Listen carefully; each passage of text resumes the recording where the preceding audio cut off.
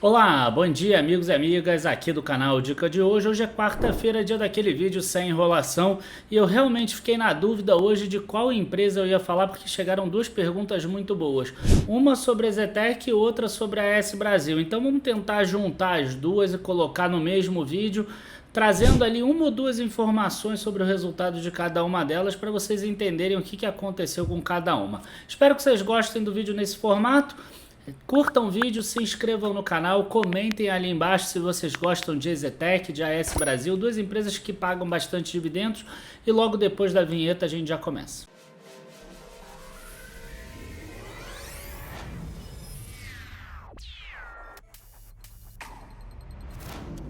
Bom, pessoal, antes da gente começar aqui o vídeo, vale a pena a gente citar que a gente está em período de Black Friday, né? Então, cada semana uma oferta diferente.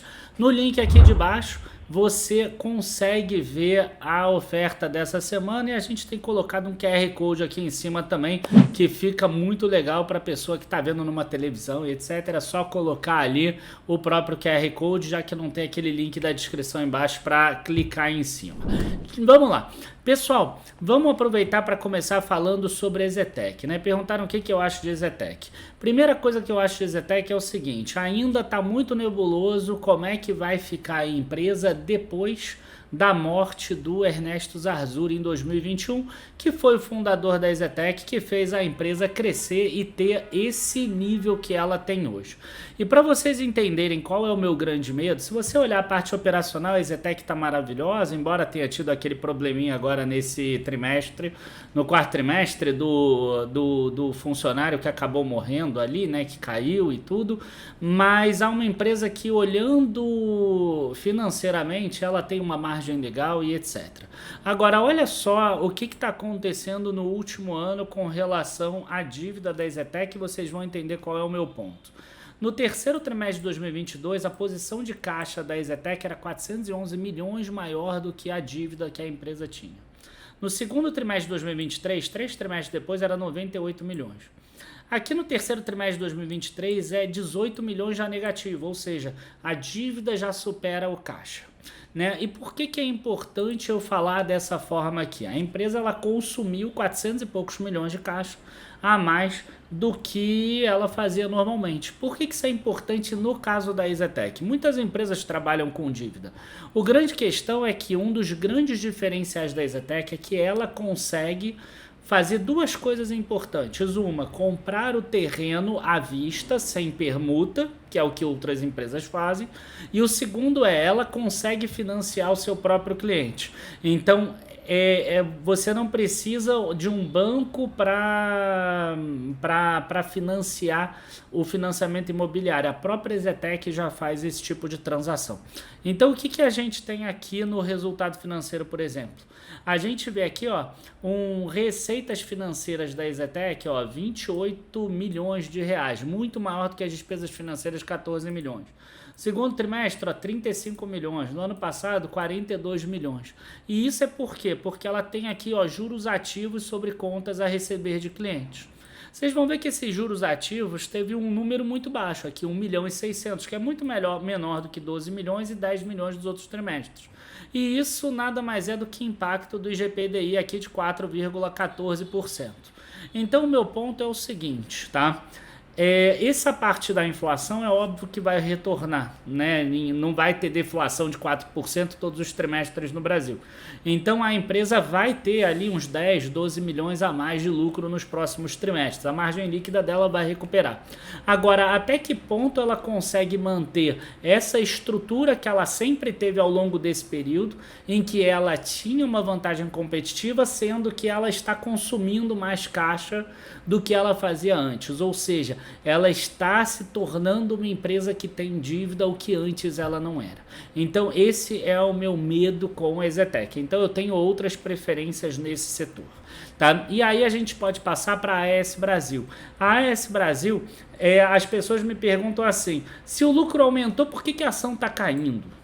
Né? E é mais ou menos aqui, ó, se o lucro subiu, né, ó, 102 milhões para 124 milhões, 182 milhões para 220 milhões. Você vê que tudo melhorou na empresa, ó, a receita subiu, O custo caiu menos do que a receita, o custo inclusive caiu, o custo com energia, a margem líquida aqui subindo 37%, margem EBITDA subindo 51%, você vê que a empresa ganhou aqui 11% de margem, 8% de margem, quer dizer, o resultado financeiro foi maravilhoso, mas por que a empresa então caiu?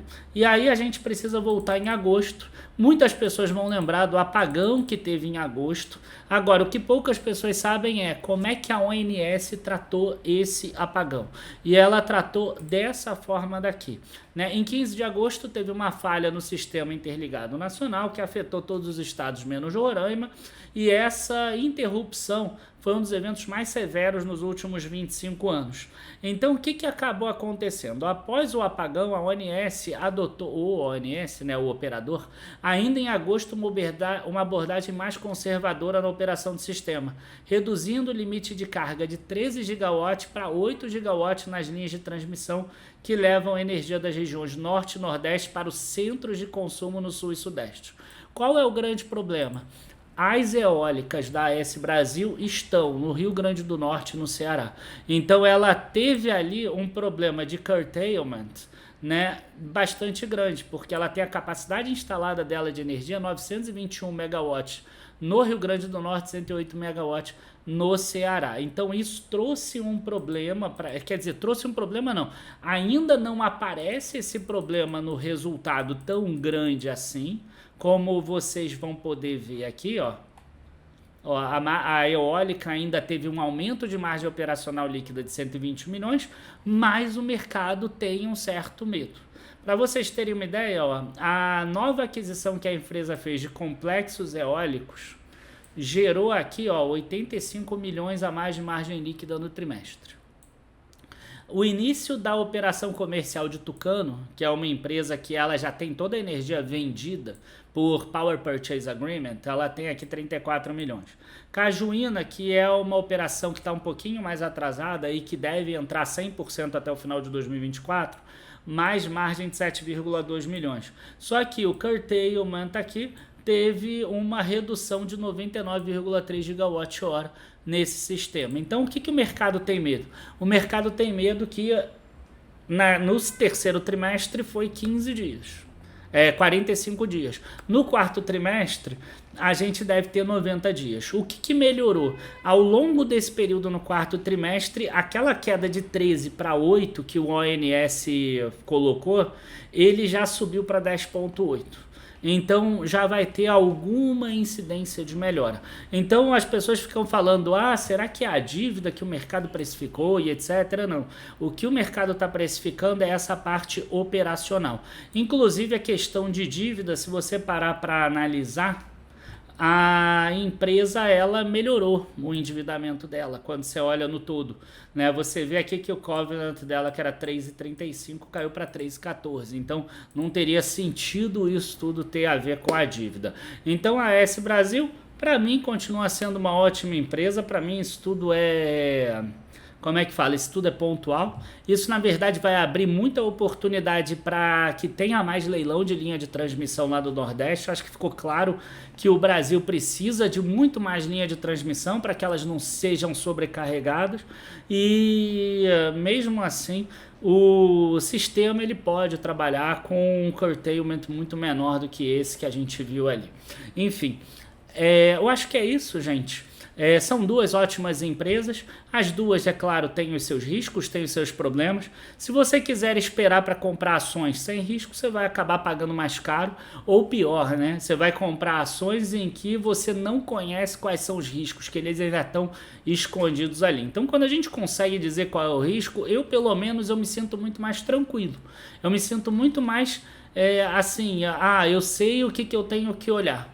É muito diferente daquela empresa que todo mundo gosta, todo mundo ama a empresa e ela vai subindo e de repente aparece uma coisa inesperada. Então, acho que é isso. EZTEC, AES Brasil, duas boas empresas que pagam dividendos recorrentes e que têm lá os seus problemas de curto prazo. Abraços, bons investimentos, não deixem de acompanhar a nossa Black Friday que está maravilhosa, está espetacular, e quem perde a promoção, cara, infelizmente depois vai ter que comprar com preço cheio. Cada semana tem um tipo de produto. E depois que esse produto sai, aí ele não volta mais. Tá? Então precisa aproveitar. O ideal é que você se inscreva e você veja lá no grupo do Telegram sempre os produtos que tem em cada semana. E é importante também que você já tenha uma noção do que você quer comprar nosso, né? Qual o produto, porque aí você já tem ali um direcionamento melhor quando aquele produto entrar em promoção. Já foram 2 semanas, a gente está na 3ª semana, eu já posso adiantar que são 6 no total, né? Eu chamo de Black Friday, mas é uma Black November.